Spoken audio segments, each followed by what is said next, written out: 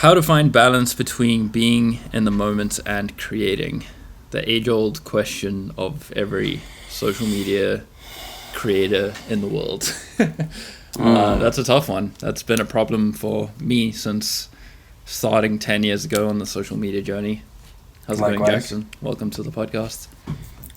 It's going great. You're looking very bright in the sunlight right there. Super overexposed. It's nice. I'm feeling pretty bright in the sunlight.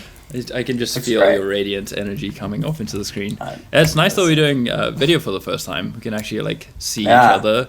For those of you listening, if you want to check out the video, there's now video podcast, which is going to be available on YouTube, on our Intentional Creator YouTube channel. And you can see Jackson looking super overexposed in the sun. It was great. I mean, you look fine now. And you can also see Dean's amazing office that he's got. Oh, for sure, yeah. You can see the desk set up. We got the TV there. It's just so perfect. It's amazing. But yeah, okay, so let's get into it. How to find balance between being in the moment and creating. What are your initial thoughts on this statement? What's the first thing that comes to mind? I think the first thing that comes to mind for me is just the fact that this is the constant process of creating. First and foremost, in the sense of this is never anything that I feel like I'm gonna lock in necessarily, and so then I'm immediately just giving myself patience with the process of creating while also being in the moment and being in the actual experience of whatever I'm creating through. That's kind of my first initial thought process with it, is just immediately just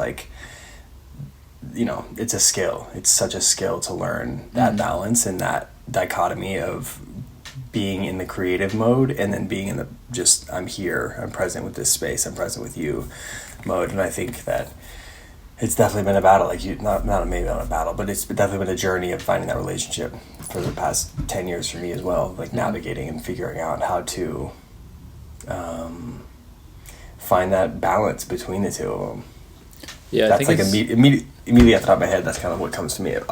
Yeah, I think it's interesting because I might be wrong, but I feel like this problem only presents itself when a camera's involved. It only has to do with video and photo, really. Mostly video. I feel like social media is just, at this point, content creation is video creation for the most part. Right.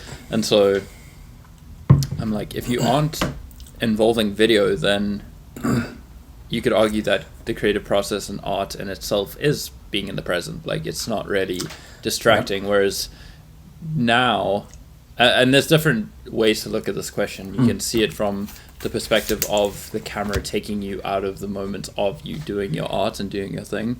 And then there's also the perspective of how to balance being in the moment. So, for example, if you are a photographer or a filmmaker and you did a beautiful hike and you're watching the sunset, that's been our biggest struggle. When we were shooting videos 5 years ago, was we would do this epic hike and we wanted to make a cool travel video, but then it's how much of the sunset do you actually experience and enjoy and be there with your friends and have a drink if you want to, versus getting the shot and making it look cool. So yeah, those are two separate conversations, which I didn't even think about until we started this. Yeah, it seems to be the theme of this intentional creator conversation.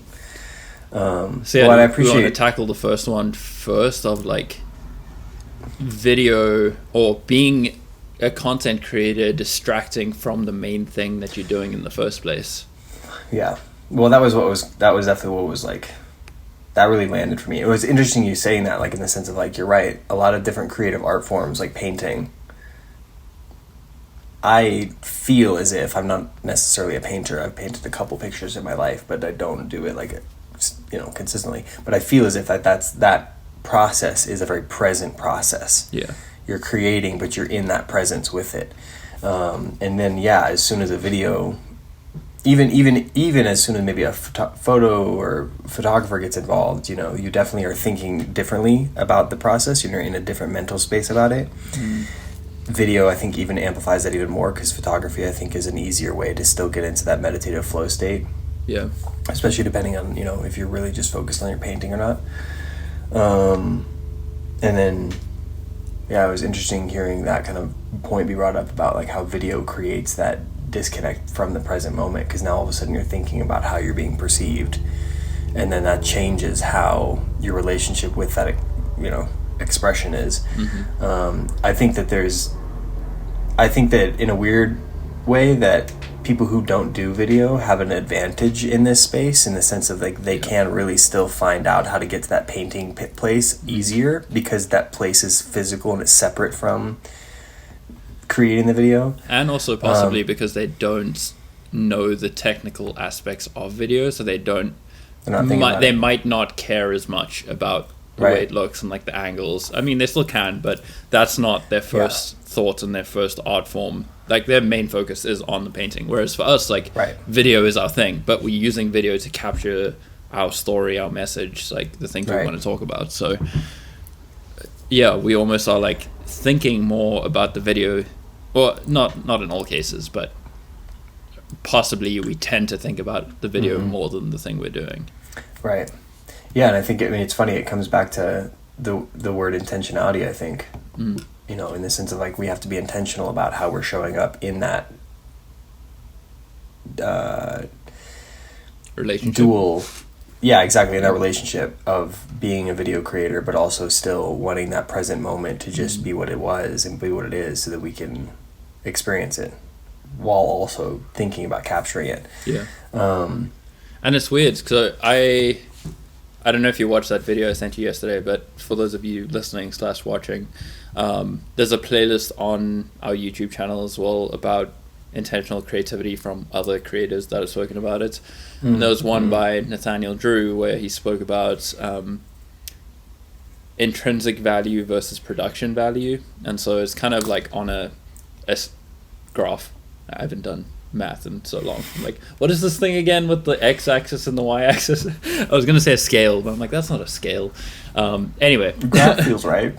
So on the one axis, you got intrinsic value, which is like pure, just such good, valuable information that it doesn't matter what or how it's shot. The other axis is production value, where it's something like a Sam Calder video, for example. That's like just a travel vlog that's like, doesn't have any intrinsic value really. It's not telling you like how to get to a place or what to do or like the best way to do things or his experience. It's literally just super high production value. Visual. And so obviously the creators that are doing the best is somebody that's like meeting both of those x-axes, where it's super high production value and super high intrinsic value.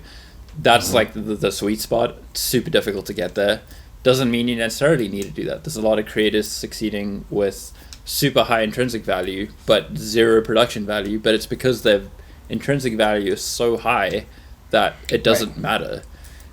And so when it comes back to this being in the moment, giving value thing versus capturing it, I think again that's where people that don't have a video background could almost have an advantage, because they're not thinking about it. So like me, for example, I love video, I love the art form, and I want to make things look good. I like doing that.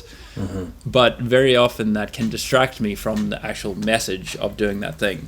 And I think you're better than this than I am at just getting the message across, and like not caring about, not that you don't care and that it doesn't look good, but letting go of the final product more so.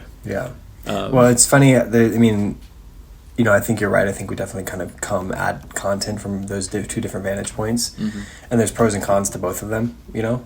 Like there's a pro to where and how you show up to content in a really professional way, and there's a pro to how I show up to content in a very like authentic way. And not that we're both not playing in both these realms as well, but it just maybe a little bit more on the heavier side.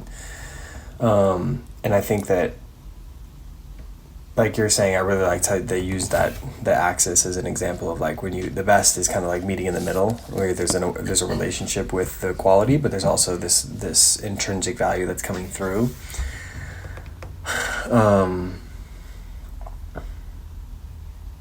And I think, you know, again, I keep coming back to like the intentionality of it, and I think I've always come back to the intentionality of it. Like, what message am I sharing? That's my underlying motivation the whole time. Like, I'd rather be sharing a more powerful message than share it in 4K quality necessarily. Yeah. You know, if the message isn't there, 4K doesn't matter to me. Like, I'm like, well, it's not relevant. You know what I mean?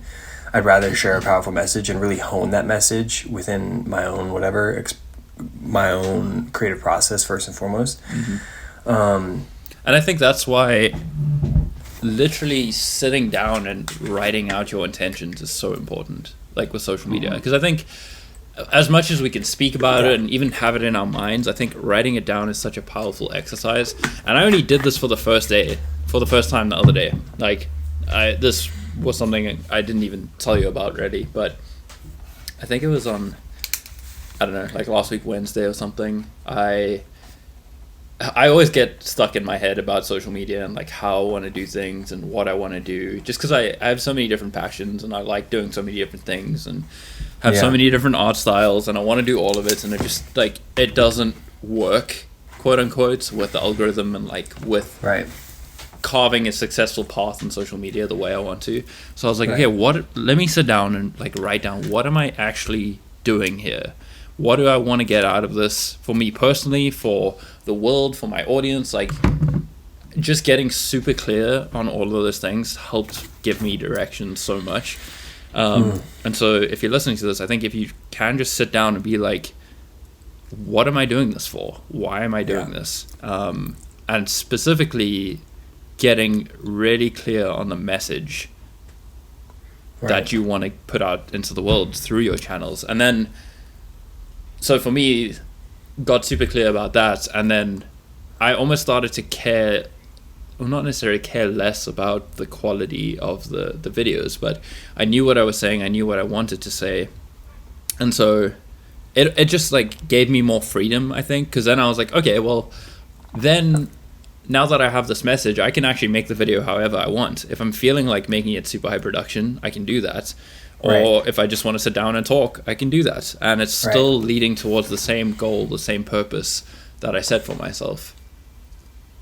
So it actually becomes a tool, like in the sense of like the video production, the video itself actually becomes a tool of constructing the message, like constructing the actual point that you're making. So instead of like the video being the point, the message is the point, and the video comes underneath that and supports whatever's being told, whatever's being shared. Because maybe the message is authenticity or something, and it doesn't necessarily need or want to be super high production value. Or maybe the message is like, you know, something about high production value and how to create from a really high production value space. And obviously that the message again is leading the value of production and how the production is happening, and it kind of like guides it in that way. And I think staying centered in the message is super important to find that space. I think that's honestly, now that I think about that, wow, that's part of the reason why my journey with visual content has always been so raw, because I've been like navigating what message I'm trying to share, what story I'm trying to share, what story, you know, is trying to come through me, and I've never had a real clear vision of that until recently, like as my, you know, it's really landing for me right now. And so my, you know, the stuff that I produce has been very like message oriented, but navigating what message is there and what's coming out, and so there hasn't been a clear sense of how the it's tool not like a direction of content exactly how the tool of content is being used to express it. And I think a lot of people get, particularly when starting out, and people that are interested in video and photography really get caught up in the high production value trap, where they're just trying to make cool videos. And not that there's anything wrong with that, like we both did that. We both try to follow the trends and make cool videos, but you can do that. But I think with the density and like the crowdedness of social media nowadays and the short attention spans, like people don't care really if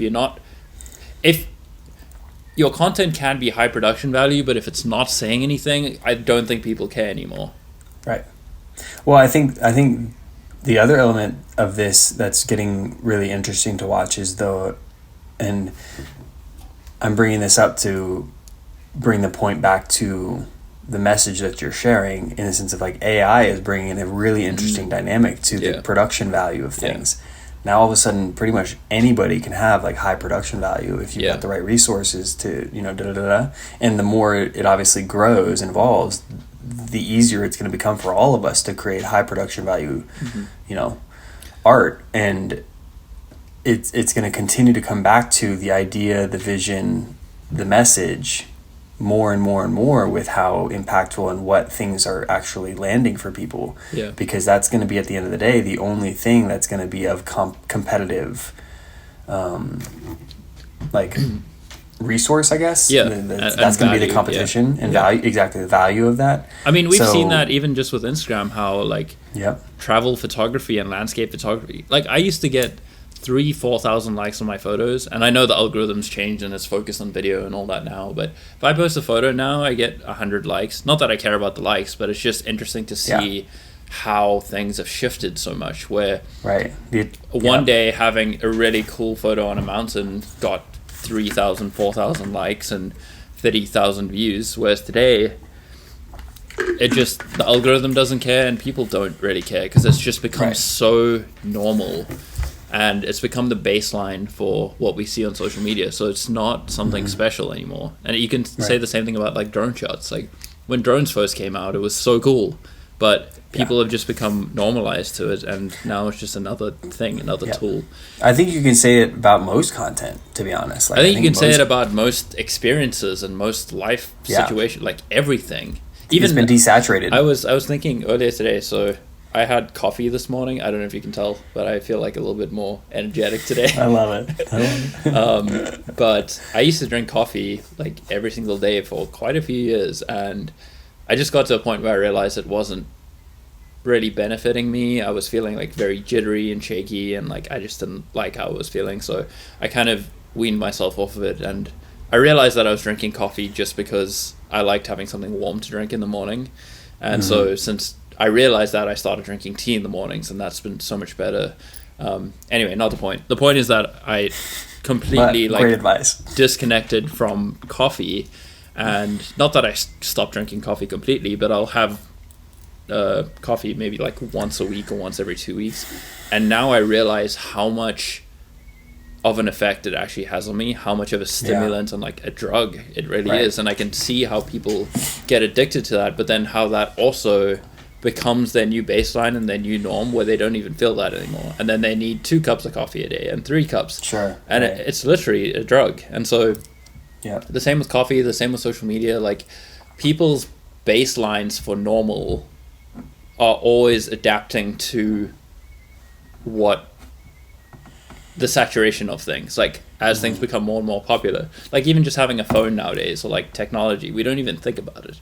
It's not special, it's just normal. Well, and I think the funny thing about the oversaturation of this, you know, drug, which is social media, which is the input of information, is the fact that it's bringing up questions about presence. Yeah. Like we're so deep in it now that now we're like, wait a minute. Like we're so overthought in the process of it all, and in the fact that we're so stimulated, that now we're actually looking back and asking questions about, I mean, that's the kind of the whole point of this podcast. It's like, wait, how do we be intentional with this? We're being intentional. We need to be intentional, right? Yeah, what are we actually doing here?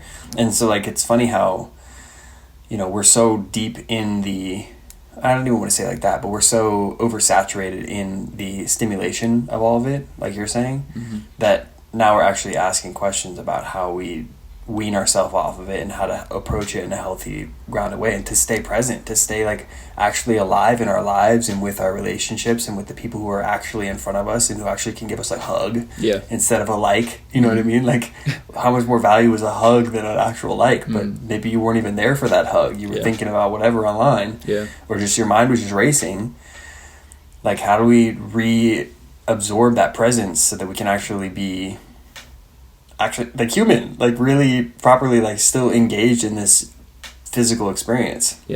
So maybe let's speak about, or try to speak about, the actual like practicalness of how to do this, like how to be more present while creating. You mentioned in the beginning that it is a skill and it takes practice, which I agree with. I think when you're starting out, it's difficult because you can you can get really into it and get excited and want to document and share a bunch of things, and also practice video and photo and all that kind of stuff.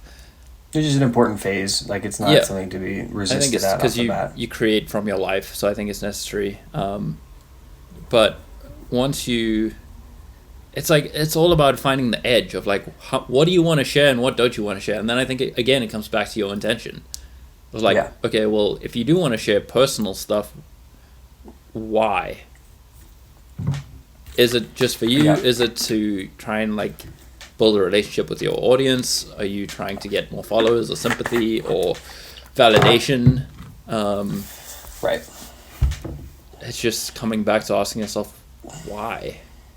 Yeah, that's it. I'm like thinking through this as I'm speaking. I don't know the answer. I feel like we don't know the answer to anything really in this podcast. We're just having these conversations. I think I continue to come back to, and this is my own process and my own way of like figuring out how to relate to it and navigate it. There's presence, right? That's the balance that we're trying to find. We're trying to find balance with presence. And so my thought process goes into this thing of like, okay, if I'm trying to find the balance of presence, I need to be doing present activities. I need to be going into that that neurological pathway in my brain and in my body of, just like you have to wean yourself off the coffee or wean yourself off of the substance or whatever, you might be absorbing. Social media, how to wean yourself off of that. Like, you have to go into a new practice, a new output to help yourself find something to land in. And so I think I keep coming back to like, what practices help me stay present? What things help me stay present? Breathwork is a huge one for me for a lot of different reasons. But breathwork's a huge one for me, like having something I can go to that literally activates a really present. So from a practical point of view, is that something you would do while you're busy creating something? Like, how do you, say you're doing a shoot or you're making a video for Instagram, how do you have that awareness to see what you're doing from, and this is almost like meditation in a way, to see what you're doing from an external perspective and allow yourself to take a step back and separate and be like, oh, okay, I don't have to capture this moment right now. I think that the breath work gives me the space to be able to do that when I'm in those moments. So in the sense of when I'm creating something, I'm not necessarily thinking about like, oh, I need to go do my breath work. I'm in that present creation process as much as I can be dropped into, and I'm just focused there. I'm not thinking about Instagram. I'm not thinking about necessarily anything social media-esque, but I'm in that creative process. I'm a photographer, obviously. I'm thinking about those things, but in the sense of I'm just there taking those photos. And I think when I say, breathwork is a practical way for me to help like build those neurological pathways of presence, which it could be anything. It could be yoga, it could be meditation, it could be all those different things that help your body come back to it, come back to here, gets yourself out of your head. I think when I'm referring to that, I'm referring to like taking the time outside of your creative process, right? Outside of your actual creative moment flow, so that you can be reminding yourself to be there in your body, so that then when those creative moments come up and when you're like, needing to find that balance between the presence and the creation, you have a better access to both sides of the coin. Again, this is really nuanced kind of stuff in conversations, I feel like, but that's kind of how I feel is what I feel is happening in my body. And for it's almost like you got to do some pre-production or prep work in a way for your own body and your own mind, and that just doesn't apply only to being in the creative process, but to life in general. Like, I think meditation is a great tool. Or journaling as well, and like you said, it doesn't have to be sitting down meditating like this, like that. That's such a stereotypical cliche view of meditation. That's not necessarily what it is. It's, you can find meditation anywhere. And so I think having that ability to come back to the present moment in any situation in your life takes the pre-production and putting in the work outside of that situation, because you're not going to be able to bring yourself back to the present in that situation if you haven't done that before, being able to recognize it and see yourself and catch yourself. It's like, it's so difficult to explain this. In a way, I'm like, I'm trying to think of how to explain this to, because it does seem very up in the air and like not practical. I'm trying to think how I would explain this to myself 5 years ago. Yeah. I think it's definitely it's like a, because I think we tend to, speaking about us 5 years ago when we were in Cape Town, I feel like we tended to get very caught up in the moments of creating, where we did miss times of just being there and experiencing it. And it was fine because we were having fun creating. And so that, you could argue, is being in the present. So it's a weird line. It's such a razor's edge, I feel like. Because like you were saying, like, I don't look back at those moments and have bitterness or resentment to myself. Me neither. For how I was showing up.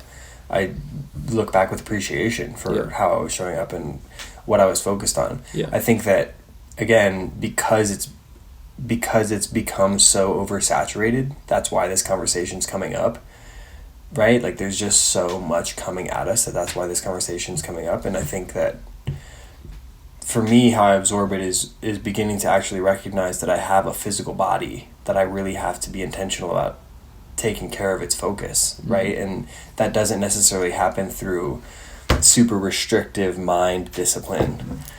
It happens through like being present with my body, going on a walk, going outside, like getting off of my phone, like putting it down. And maybe instead of breath work or, using that as an example, but maybe just like go on a walk, take it outside. Like, creativity, I think, really needs space to grow, just like a plant does. You have to give it space and time for it to grow out of the seed that you've kind of planted there. Then that doesn't mean that you're constantly working on it. You got to give it space. You got to give it a little water, and then you let it be. You just let it absorb the sun and going. So in the sense of like getting grounded with it, like you're saying, like I'm trying to tap into that kind of feeling of like find ways. What makes you feel grounded? Because it's always going to look different for everybody, right? Yeah. Like, you go play soccer, and that's not necessarily something I've ever done. It doesn't necessarily feel grounded for me, but for you, it probably does. It probably feels super grounding, super present oriented. Yeah. Like maybe some people go play lacrosse, some people go do ballet, like doing something that gets you into the body, because I think the body is the easiest access point to presence. Yeah, well, you're not thinking about anything else going on in life. You're just super focused on what you're doing. You're just flowing with yourself. And so, like all of those options in the sense of anything that you do to get your body activated, I think are super valuable in this conversation and in trying to figure out how to like find that presence and then bring that presence back into creativity. Because I think that's the other point of this. It's like, you've got to keep watering your plant. You can't just like let it dry up in the sun, So, but giving it space to grow and do its thing and let it like sit, like just let it kind of be on its own for a little bit, let the ideas simmer, let the process simmer, don't oversaturate it. Go do your own thing, go get into your body, go, kick the ball around, throw the ball around, metaphorically, and just whatever you do. Yeah. I think is super important because it helps that like you come back to the creative thing that you're doing in a more full way. You're coming back from it from a place of just like, wow, I'm excited to re-dig into this and figure out what wants to happen here. I think from a very practical approach, like again, I'm just thinking about telling myself what I would do. I would say 100%. Just when you're shooting, take a second to just take a breath or 5 breaths and just don't look at your phone. Just look at the situation in front of you right now and appreciate what is there. Like if there's friends around you, if it's a beautiful sunset, if it's a mountain, if you're in the forest, if you are doing your art, just take a second to be with that thing right there in that moment and see it for what it is. Yeah. Because I think a lot of creators nowadays create for social media instead of creating for themselves. And so it's about remembering why you started doing this in the first place. Right. And if you love painting, do the painting because you like painting, not because you're making a video about painting. Yeah. If you love hiking, do the hike because you love hiking, not because you're making a video about hiking. Yeah. And if you love photography, do the photography because you like taking photos, not because you're trying to get any clout or anything. And so just take moments away from the camera, away from capturing that, to experience it for yourself and have that moment be special. Because I think if you're thinking about it from a biological perspective, like without technology, we aren't able to document things. We are only able to experience things. And that's what we've done for the whole of our history. And so I guess this is very philosophical, but like experience is the only thing we can do in our life, like the most important thing. So to be in those moments and fully experience it rather than looking at it through a screen, I think is so important. And that's what bothers me about people that go do hikes or national parks and they don't even look at the place with their own eyes because they're looking at it through a screen the whole time. And like concerts, I went to a concert like 2-3 weeks ago, and there were these people standing next to me that recorded literally every single song and were looking at the concert through their screen the whole time. And like I'm not trying to judge them. Maybe it's their favorite artist. Maybe like they've never been to a concert in their life before. I don't know. But I was like, don't you want to actually look at the stage with your own eyes and like be here and dance and like move instead of keeping your phone still? And so like I see things like that and that makes me sad. It's everyone's life and they can do what they want. I don't care. But I think we're here to experience life. So make sure that you put that above content creation. When actually you're experiencing it, because again I think that the content creation gets in the way of the presence, in the sense of like that mental cycle of just like having to get your Snapchat, having to get your Instagram reel, having to get your gets in the way of your actual experience of going to that concert and experiencing that like moment. I think another way to do it is to do the thing that you want to do, and this is if it's not necessarily process oriented. Do the thing that you want to do without any cameras, and then afterwards almost like stage it and record it like you're faking it, but you're not really, for social media. So you're doing breath work, for example.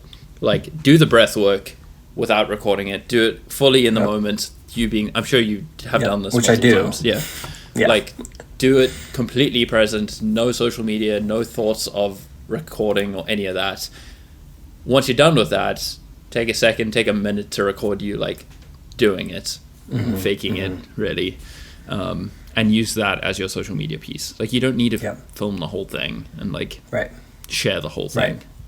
You don't. Exactly. You don't need to let the all-seeing eye, as I think about social media, is into every moment of your life. I think there's also value in keeping certain moments special. I often think about this with my own work of like, I do want to share.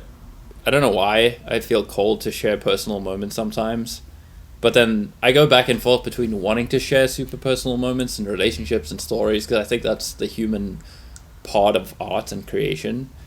And then there's another part of me that's like, I don't need, like, why should I share my special personal moments with the world that doesn't necessarily care about it? Let me just keep it special for myself. Like, let me just have this for me. Let me have this memory for myself. And that's maybe even another question is, we could speak about on another podcast of like, how much of your personal life do you choose to share when creating, and your personal experience and personal struggles? I think again, it depends on your why. So like if you are, like you for example, specifically geared towards consciousness and mental health, like obviously your personal story and your emotions are going to play a big part in that story. Whereas for me, if I'm focusing on hiking, like not necessarily going to be that. Well, and it's also, I mean, we all have different parts of ourselves. We all have different pieces of ourselves, and like not all of those pieces need to be or should be shared. Not because there's anything that you're trying to keep from the world, but just because it's like I think it's really healthy to have a sense of like privacy around pieces and parts of your life, right? Like I think that that's really healthy and really important for people to like have a relationship with. I don't want the whole world to know about every part of every piece of me, you know, and it kind I don't of think feels, that's again, like healthy and natural either. I don't think exactly. Like it's not no one healthy or knew natural. that before. No one knew where somebody lived. If I was in South Africa before the internet, you wouldn't even know it existed. And so, literally, yeah. Go ahead with what you're saying. And I think again that it's just like, you know, we are depleting our sense of privacy in a lot of ways with it. You know, like everything wants to be shared because it might get a click. Yeah. But really, it's like that's your experience, and like you need to like feel into what that means for you and how that wants to look and how that process wants to go through you. Like you don't need any external opinion giving you any sort of like pressure for you to go a certain way or act a certain way because you've shared it with the world. Like you need to be in your processes on your own. Yeah, you know, I feel like that's also difficult now with social media, where especially in this more like authentic movement of people sharing real stories, that's getting more attention and more traction and more likes and views and money, and so people are more inclined to share those personal experiences and private moments. It's like we're therapizing ourselves through each other, which honestly, like I love. I do think that there's like there's definitely like it's good to be doing more of that. Like I like to feel that like I'm not the only one going through stuff. Yeah, like that's nice. There's again, it's such a razor's edge with this conversation. Weird. It's like I think that that's so valuable because we've been so blocked off and hidden from each other in cultural ways for so long. I just think that like internal intentional first relationship should be here, and whether or not and how that's going to come out and how you're going to present it to the world is super important. It's actively like, needed. Actively choosing to share it with the world instead of unconsciously doing it because you need to make a YouTube video. Right. It's like, okay, I've processed this myself. I know where I stand on it, or I'm unclear about it, but I want to share the struggle because I think it will help other people. I want to share my journey to inspire other people, whatever it may be. But you actively make that choice. I think that the reason that authenticity is becoming such a big thing right now is because everybody is beginning to recognize that we all have shadow, that we all have our shadows, and that's amazing. That's really good for us as humans to be like acknowledging and feeling through and actually working through. I think that's why there's so much craziness going on in the world right now, is because we're all recognizing that like no matter which way we spin the story, we've all got things we need to work through, no matter who you are, no matter where you sit in society. And I think that it's just a matter of like doing that intentionally, like do that intentionally, go through that process with yourself first. You know, don't spew your therapy necessarily out to the world before you've actually like absorbed and processed things for yourself. I think also giving it time and space as well. Like if you're going through a breakup, like you don't need to share that with social media immediately while you haven't even processed it or felt it yourself. Like you can, and like even though there's value in that experience and you can learn from it and teach and share, give yourself time. Like when you feel like you are ready and over it and have fully processed it. Like if you go through a breakup now, you don't need to share it with social media this week. Like wait a couple months, wait a year, wait a couple years, and then talk about it. Learn lesson. And then you can also look at it from a detached perspective as well. Yeah. Because I think when there's not an emotional charge coming through. When you're in it, you're super emotional. Like not just if it's a breakup, but like anything. Like you have emotion in anything you do. So if you're really in that moment, you are going to be emotional about something, whether it's happy, sad, neutral, whatever. And I think you'll be able work to with share that emotional charge on your own. Work with that emotional emotional thing that's coming up for you in your body and in your own experience on your own. And then as things settle, you know, you can kind of find the place of what that expression wants to look like and why it wants, you know, what do you want to do with that? What do you want to do with that lesson, that thing that you've learned, right? Like, you know, then you can actually come at it from like a very like logical way almost. In an integrity driven way. I think that that's another thing that I would tell my younger self in the sense of like, don't get lost in the clout. I think that that's a big, I mean, obviously that's a really hard lesson to learn and it takes your journey to learn it for the most part. Like it's such a difficult thing to actually absorb what that means. Yeah. But in the sense of you have your own life to live, and there's so much value in you living that personally versus trying to live it through this chasing of fame or power or any of, chasing these external validations. I think that's something that I definitely was navigating when I was like in my content creation quote unquote phase of just like chasing friends or chasing attention or chasing like you're living your own life. Yeah, you don't need Pace social yourself. media to do that either. Like, you can find friends outside of that, and I think that's really healthy to have that disconnection and almost like approach social media, especially if you are doing it very intentionally, is to approach it professionally as well and treat it like a job almost, where you're not super attached to it. You don't depend on the likes, the followers for validation, all that kind of stuff. Right. And you can be present, be creative, do what you need to do, but you can also step away and see it for what it is and be like, that's a part of me, but that's not all of me. Right. And I still need to have like my bowling buddies. Yeah. And not tell anybody about them. Yeah. Or whatever. I mean, that's like I have my group of soccer friends, and I love having that. They have nothing to do with my creative life. It's just nice to. Yeah, I definitely feel that in the sense of like I've got a lot of relationships in Boulder now that I don't feel are on any sort of public stage, and I honestly I'm falling in love with the privacy. Like it's funny. Like I'm actually like, whoa, actually.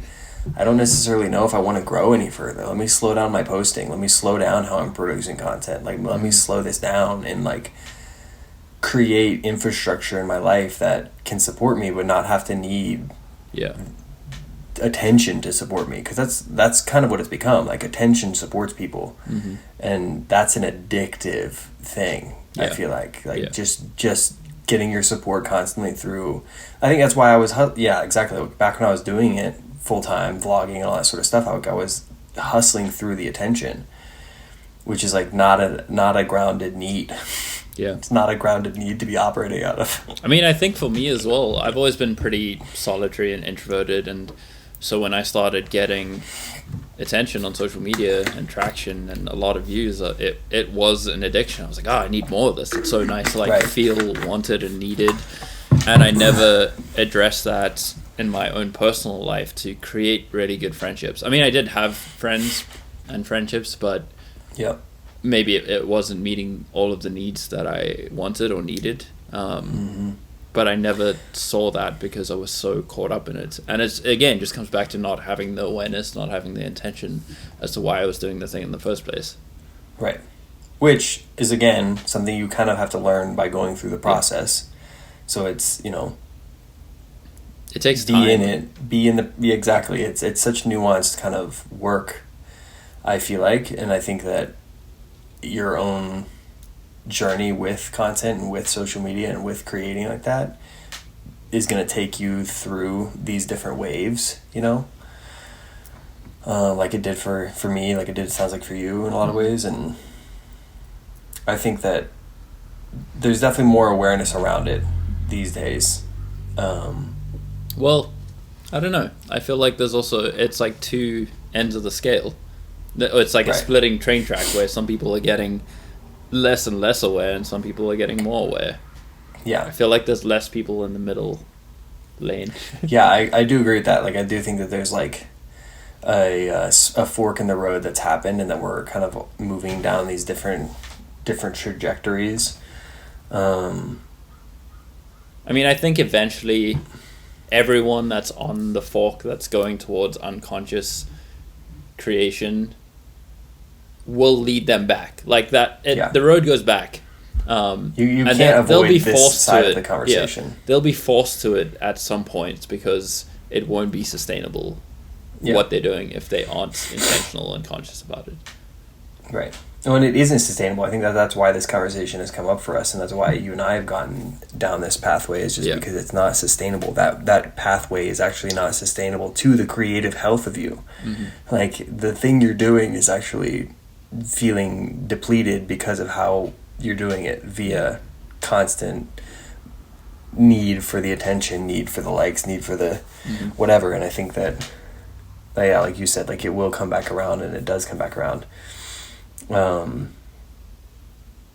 I think that it's kind of, there's going to be more things to land in the longer this cycle goes, right? Like in the sense of like these kind of conversations that you and I are having now, like it's something to land in on the other side of it, to kind of come in, not to kind of come in and feel seen in that transition back to, wait, why am I doing this again?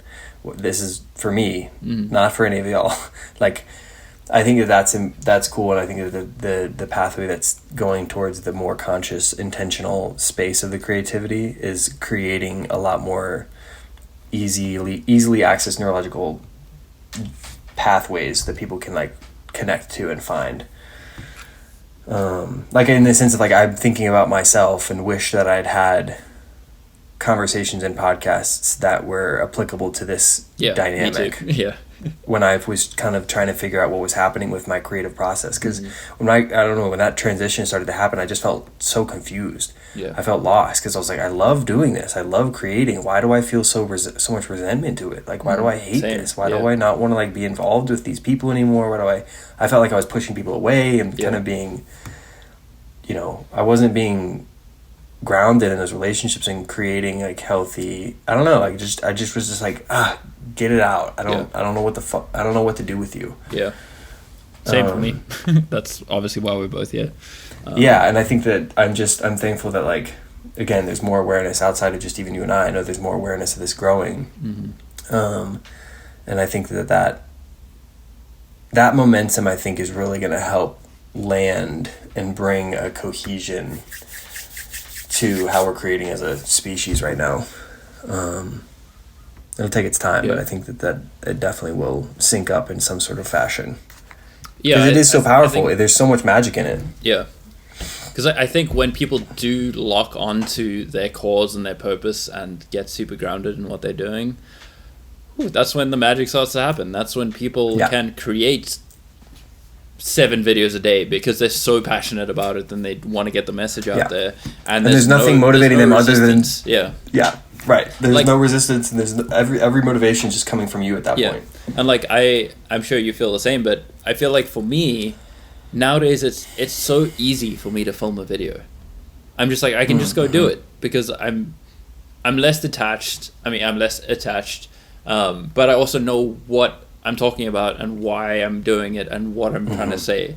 And so I'm like, let's go make a video about making pine needle tea because that is super, I'm passionate about it. It aligns. Check it out. I hope it helps people. And it's just like, when you know what you want to say, it just makes this whole game so much easier and more fun. Yeah. And know why you're saying it, know, you know, where it's coming from. Yeah. Yeah, it really does. Cool. I feel like I'm happy with that conversation. That was 45 minutes, 48 minutes, 49 minutes right now. Somewhere around there. Complete with it. Yeah. Cool. Well, I hope to everyone watching this that was helpful. If you enjoyed it, please let us know. If you have any feedback, let us know in the comments of the YouTube video. That would be super cool. To start we're definitely creating a bit of a community around this would be nice. And that's what I was gonna say. I don't know, I'm like, even in the future doing live streams would be super cool to have a chat and like actually have questions of people coming in live and like having back and forth and feedback. That's true. That'd be sick. That's totally like how I feel. Creating a conversation around it, because it's a conversation, and we've been continually finding that it's so much more nuanced and in depth of a conversation than we thought when we first started talking about it. Even every podcast, I feel like we're just like, whoa, wait a minute, this is actually there's so much more. There's so much meat here. This is just our 2 perspectives, so to get other people in on it as well, this is so much. And every time I feel like we've been telling people, everybody's just like, well, what if you think about it like this? And I know, right? Just like, wow, right, totally, of course. There's so much. Why hadn't I thought of that? So we definitely want to build more of a community over on. I feel like YouTube would be best just because we're both comfortable with that. We know it's videos working well, especially long form video nowadays. That's where people go anyways, Yeah. to do that kind of thing. And also to even- have more like interaction and feedback, because I feel like on Spotify you don't really get feedback. Like it's Right. harder for people to comment or like tell you anything, whereas on YouTube you can just leave a comment right there and it's super Right. nice and easy. So yeah. I wonder if we should post up on, well, this is a more, we can talk about that after. All Yeah. the different platforms we could post the videos on, but yeah. Yeah, we'll chat about that. Yeah, I feel good. Cool. Well, thank you for listening. Thank you for watching. We'll see you in the next one. If you have any questions, like specific questions about social media, anything in the realm of creativity, let us know. And go follow Jackson. Go follow me if you want to. We're kind of cool. Maybe I'm not as cool as Jackson, but I try. We're both making it work. And as Jackson said, don't the get coolest lost cats. in the clouds. That's the Don't get t-shirt lost of in the today. cloud, y'all. I feel like we should make a poster for every episode. This one is "Don't get lost in the cloud." We could do the graphic design thing that you've been playing with. Yeah, that'd be funny actually. I'd repost that stuff. Well, that's another T-shirt. Yeah, you got to keep a list going. Oh man. Okay, we'll end it here. Thanks, guys. We'll see you soon. Bye. Cheers.